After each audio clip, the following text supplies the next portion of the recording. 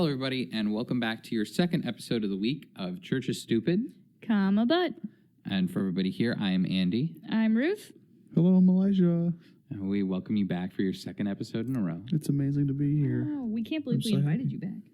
So, Me neither. do you guys know officially what episode it is? 10. This is episode 21. This is episode 21, which means that we've made it past 20 episodes, and I'm very proud of us. Were you not expecting us to? I didn't know what I was expecting, but when this all started, things have gone different to my expectations to everything, and I think that's fully acceptable and everything. That's very fair. But I just thought it was something worth sharing that we are on episode 21, Made it past that first milestone of 20, or I guess the first milestone would probably have been 10, right? And then... Hey, honestly, I'm just happy people are still listening. Do I look like the sort of person who knows anything about a podcast at all? Do I look like the person who knows anything about a milestone at all?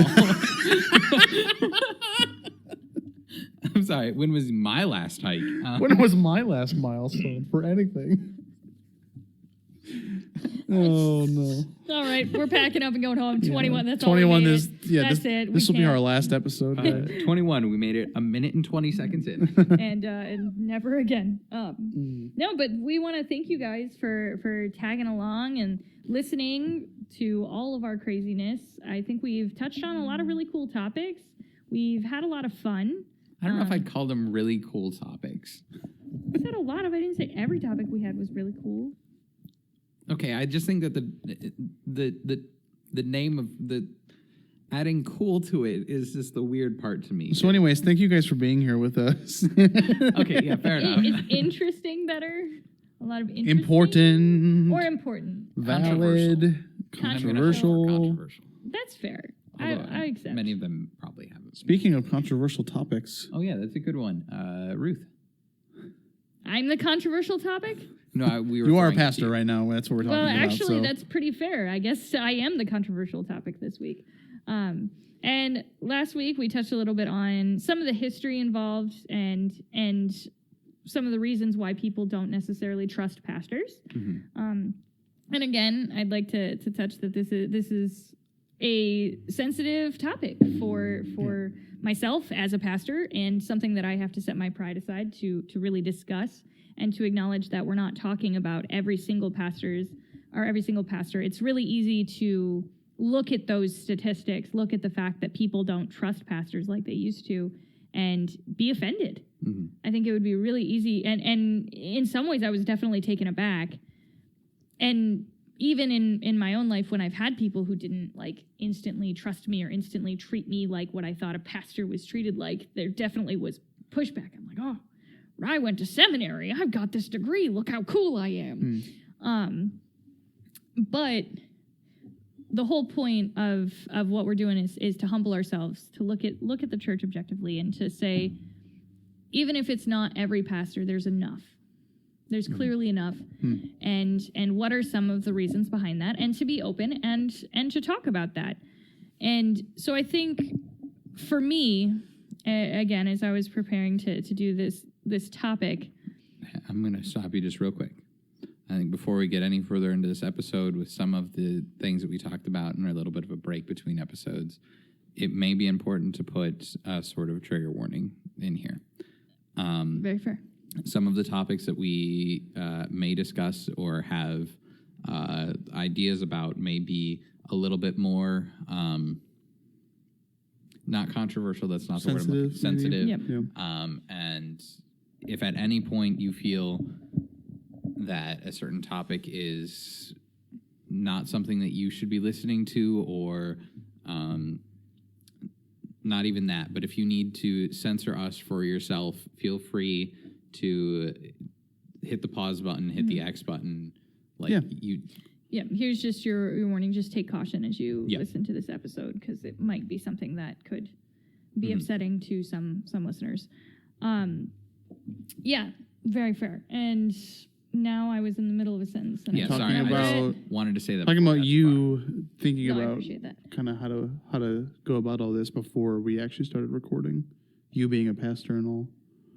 Yes, and being taken aback by some of the trusting. Okay, So essentially where I was going to go, I don't know where I was, but where I was going to go is that we have to be willing to acknowledge that people, for whatever reason, and some very, very valid reasons, don't necessarily trust pastors. And when we walk in and expect that, then it can be very unfair for both parties.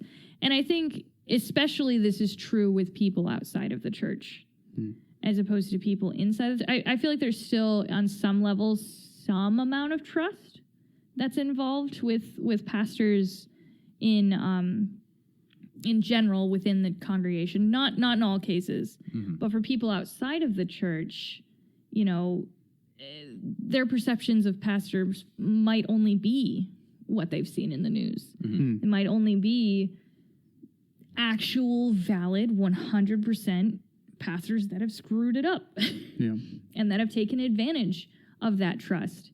And they don't want to be taken advantage of, which is fair. That's very fair. And so how, especially when you look at an institution that's supposed to be built on love and spreading the gospel and truth and trust and all of that fun stuff. Right. And then you see these higher up people taking advantage of that and taking advantage of people. So an institution that's supposed to heal is hurting, essentially. And I think that's one of the reasons why, for myself, often I don't tend to lead conversations with, by the way, guys, I'm a pastor. In fact, it's a great conversation killer. A lot of times, and some of our really, really good friends that we met at our last appointment, I think it was a couple of times into knowing them or something like that, where I said, yeah, you know, I'm a pastor. And they were like, really? Are you sure? And I like to think, in this instance, what they meant was not that it was because I was terrible. I hope. But because to them, a pastor was somebody who was stuffy, who was focused on power and on gaining status for themselves and imposing all of these things on other people. So somebody who they wouldn't normally be able to trust, right? Yeah. Those are some of my favorite moments, actually, is seeing the reaction of some people who we've had great conversations with without knowing each other at all. And then when Ruth does mention that she is actually a pastor, a lot of times the reactions are always like pleasant surprise. And it's always good to see that because unfortunately, like we were talking about before, there are all too many examples of pastors who you wouldn't really want to be around if you knew, you know. There are things that admittedly I have seen within institutional churches. There are examples that I know of pastors who are still serving after being accused of things like sexual misconduct, or even after it being proven that happened. They still serve. Yeah. And that's kind of insane. Yeah. To think about those things. It's kind of insane to know that those are things, you know, I mean, it's not the majority by any means, but it's not something I can pretend like has never happened, you know? Yeah. And even things like embezzling. There have been pastors that I have heard of that have also done that at smaller churches. And those, I focus on those because those tend to be the two big ones, I feel like, for pastors and the traps they fall into. Well, it just goes back to power, right? I mean, a lot of people get caught up in that power dynamic or had it already, and then end up being put in that position where now you have power over people, especially in a religious setting too. And there can be a lot of abuse that does happen. And yeah, like you said, I really don't believe that it's the majority, but the number's not small enough for me to say, nah, it doesn't really happen.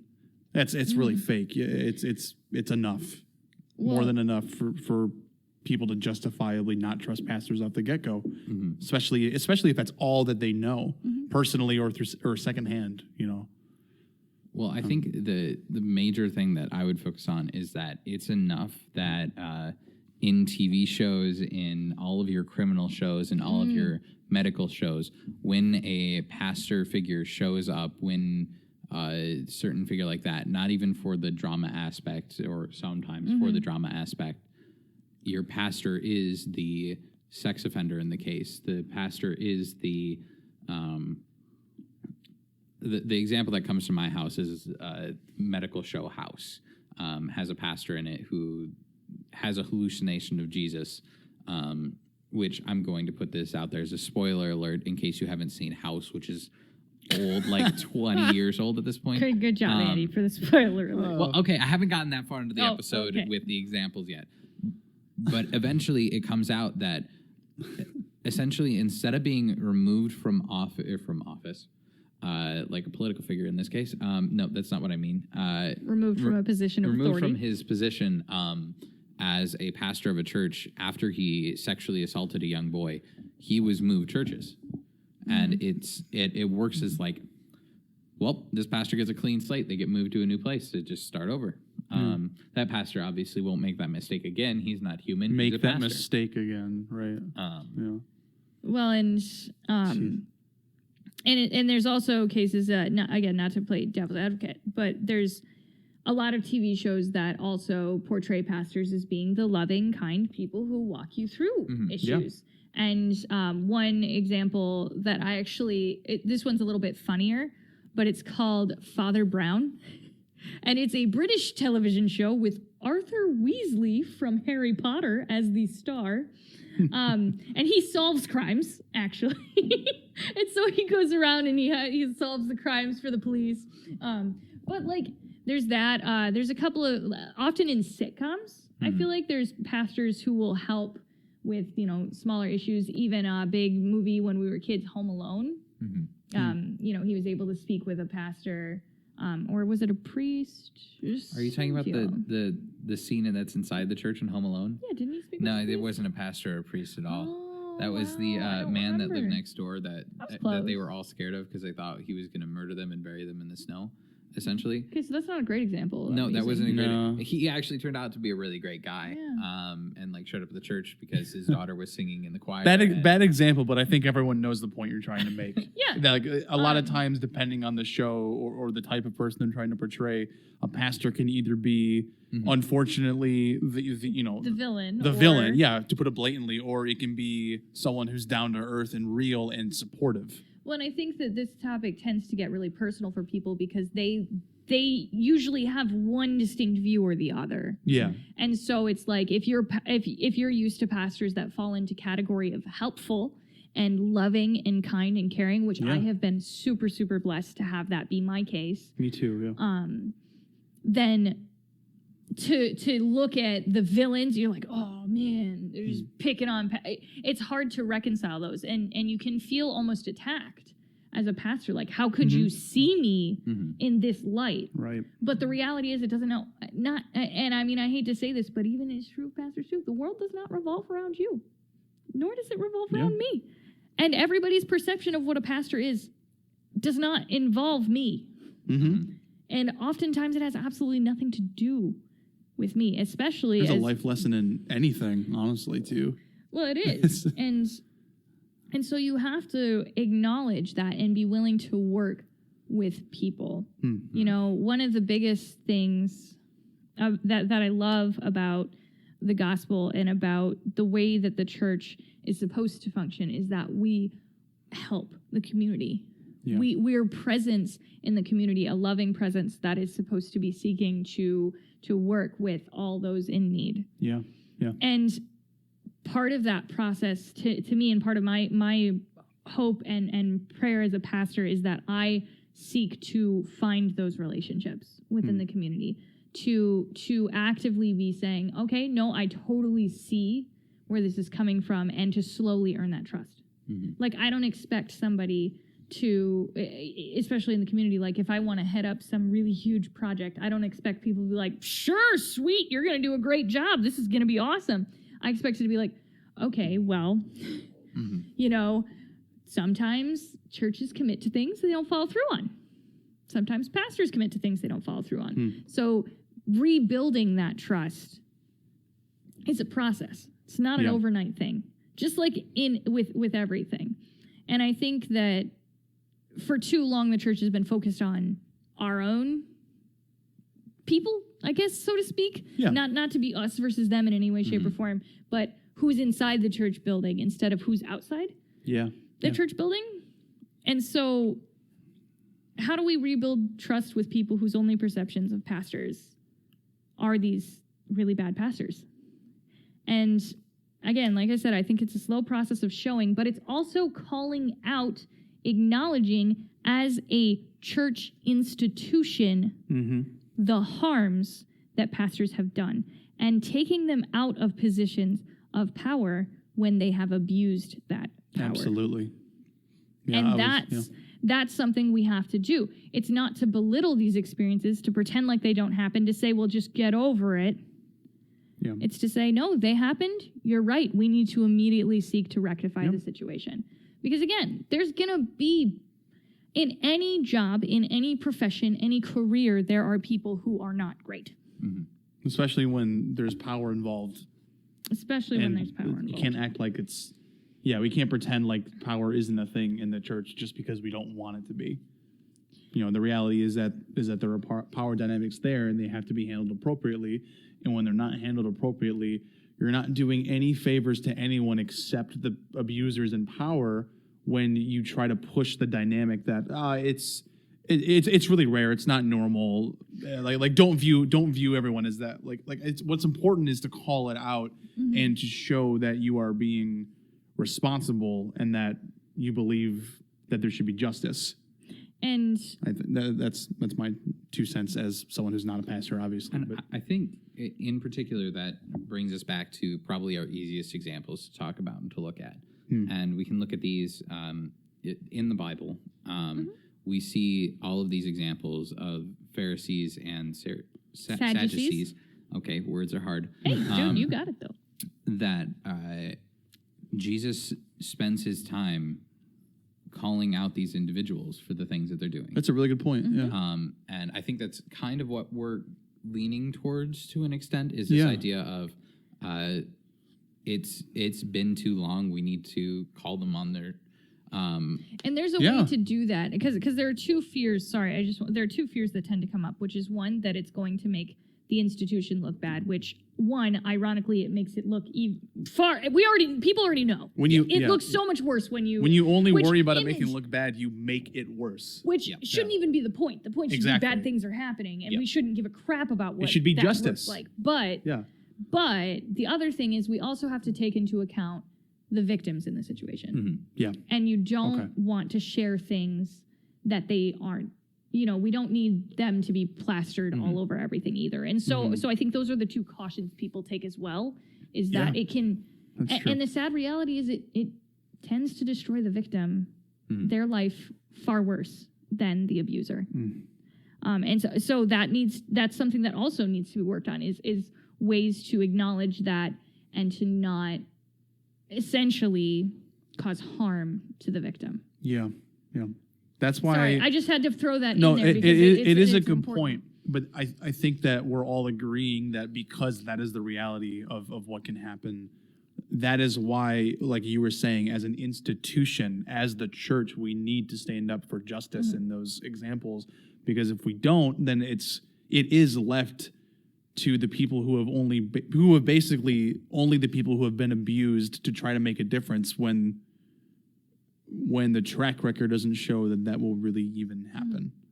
So, I think I like your example, or you bringing it back, Andy, to Jesus and the Pharisees and the Sadducees. I interrupted you, Andy. I'm sorry. I did did want to. Well, it's a really good example because I think it's easy to view the Pharisees as like this almost fairy tale villain sometimes, because it is in a way almost like reading like a story about almost a comically corrupt villain, but the reality is that they existed, and that in a lot of ways, they're still around today.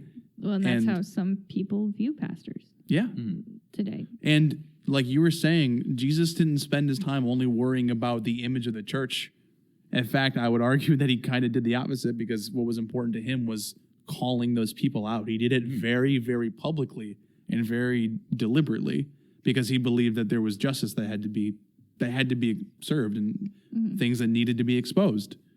And I think that it's important to remember that before we default to this, well, we're just being too negative, or it's not the image that we want to spread. Before we default to like that kind of fallback, because if we're claiming to spread the gospel and be the best examples of Christ that we can be, we have to remember that he legitimately called out the corrupt people in the church. He did that, and that was like part of his mission, I would argue. Yeah, and always the example that I go to, and I'm not even sure if it's Jesus versus the Pharisees in this case, but Jesus in the temple, or not the temple, when the buying of offerings and the livestock that happened outside of older churches, the throwing of the tables, the complete upheaval that he had towards these people who were making a living, making a profit off of pretty Exploiting other much, people. exploiting other people. Yeah.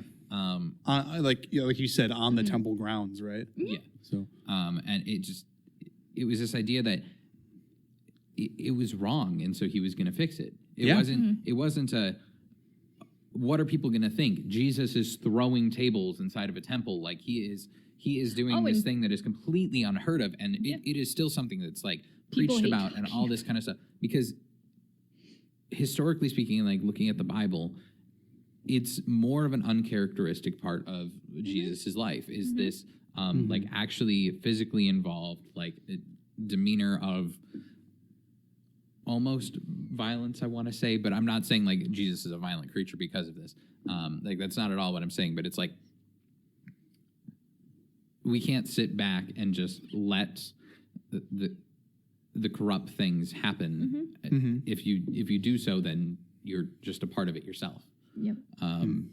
That whole idea of WWJD, kind of thing, which sometimes I think in this day gets pushed way too far to the side. yeah, I agree. yeah, I agree. And it's, I think it's because it's easier.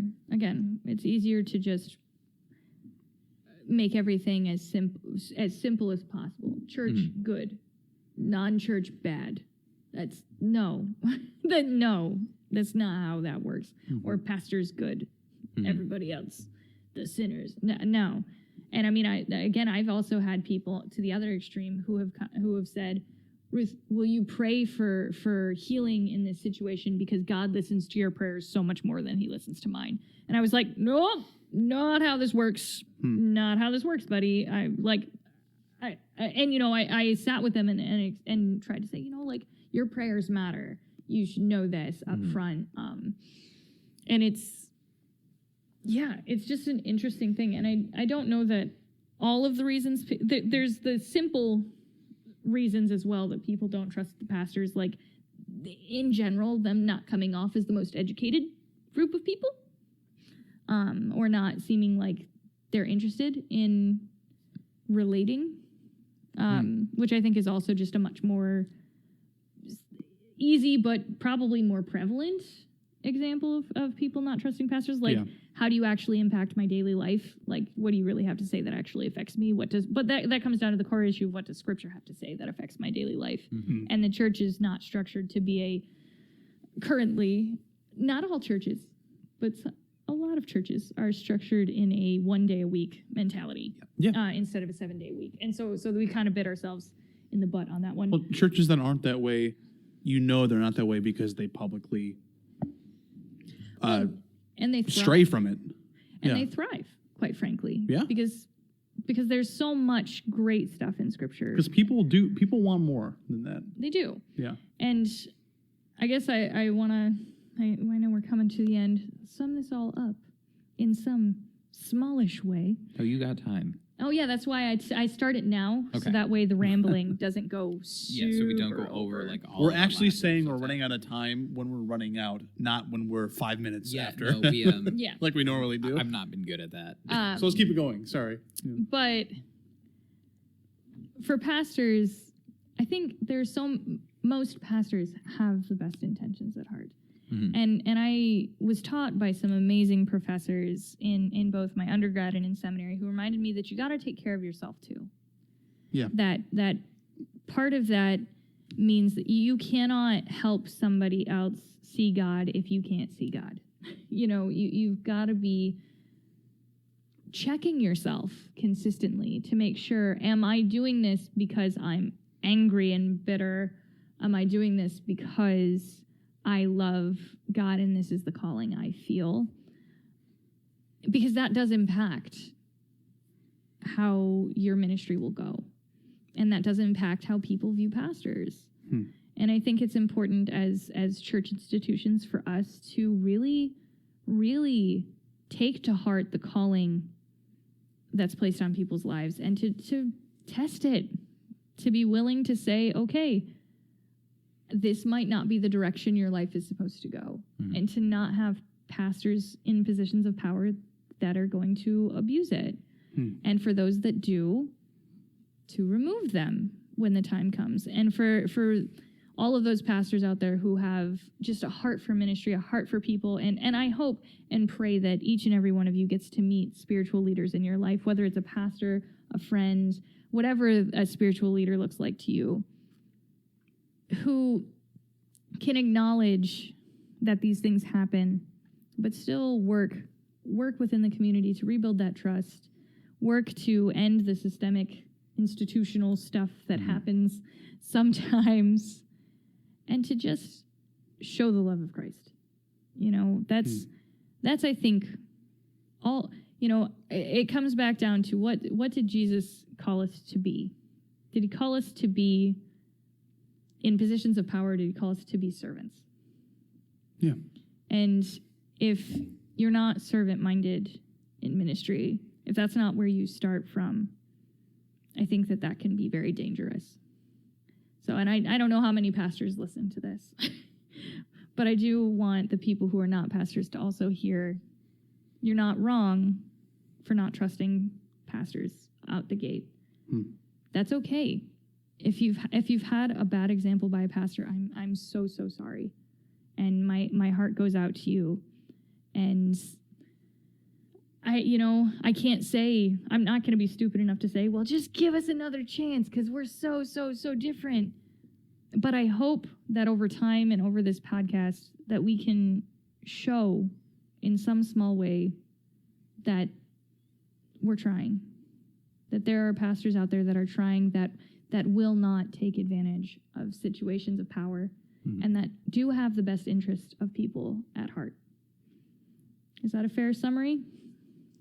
I think it is. Yeah, I think that really is. You say that with such shock. Like, Well- wow, Ruth, you actually didn't stink today. I was more shocked that you did it in time. That's fair. That's fair. I don't normally. So I guess that does bring us more to the end of our episode. Elijah, do you have any closing thoughts? Not really short ones. That's the Oh, okay. issue. Well, I can make it short actually. okay, ahead. go I for it. guess. Maybe I don't know. Just go for it. Just go. Listen. I just don't know if I'm having the context of the verse exactly right. But Amos 5:24, Ruth, I don't know if it rings any bells. Just the idea, and it's kind of a call to the church and people in power. Ooh, Um, Amos was and- good at that. But let justice roll on like a river, righteousness like a never failing stream. And I think there was another translation. I think it's English Standard Version that I like as well. No, that's not the right one. There was a different one. I don't remember I don't what it was. like that But it one. was let there be a flood of justice, an endless. No, I'm thinking of the lyrics. Basically, let there be a never-ending roll of justice. And I think that was Amos calling on religious leaders who were doing everything. To sum it up quickly, calling on religious leaders who were causing harm and abuse to happen because what they cared about was a show. And Amos, in a very, very broad stroke explanation, is calling on those religious leaders, instead of doing all this stuff for a show, what we should be doing is pursuing an endless river of justice and righteousness. And that includes calling out abuse in the church when it happens. And I pray and I hope that that can become the reality of what happens in church. That when people think of church, that's what they think of. Because right now, it really isn't. So that's kind of my closing thought. I pray that one day we can get there, and I would encourage anyone in power to embrace that. You know, that's mine. All right. Well, my only closing thing is I hope that you all enjoyed listening to our episode today. If you have any thoughts, please feel free to let us know in the comments that are down below on our YouTube video or on our Facebook page, Instagram, Twitter. And if you're feeling a little bit extra today and you want to do something fun, let us know your closing thoughts and use the hashtag #ThrowTheTable. I love it. yeah. Throw the table. Awesome. So, yes, I came up with that, and I was sitting on that for like 4 minutes. Oh, so. that must have been difficult. That must have been difficult. You did so good, Andy. Thank you. Your restraint, so on. So, yes, tweet at us, Instagram at us, use the hashtag #ThrowTheTable, and feel free to add us in comments or thoughts about this topic or any topic before this, really, or after this, I guess. But for all of us here at Church Stupid, Comma, but I don't jumped the take gun. Andy, you were going to say the bad. whole title. Bad, Andy. Bad pastor. Bad. For all of us here at Church Stupid, Comma, but. I'm Andy, I'm Ruth. And I'm Elijah. and I hope that you enjoy the rest of your week.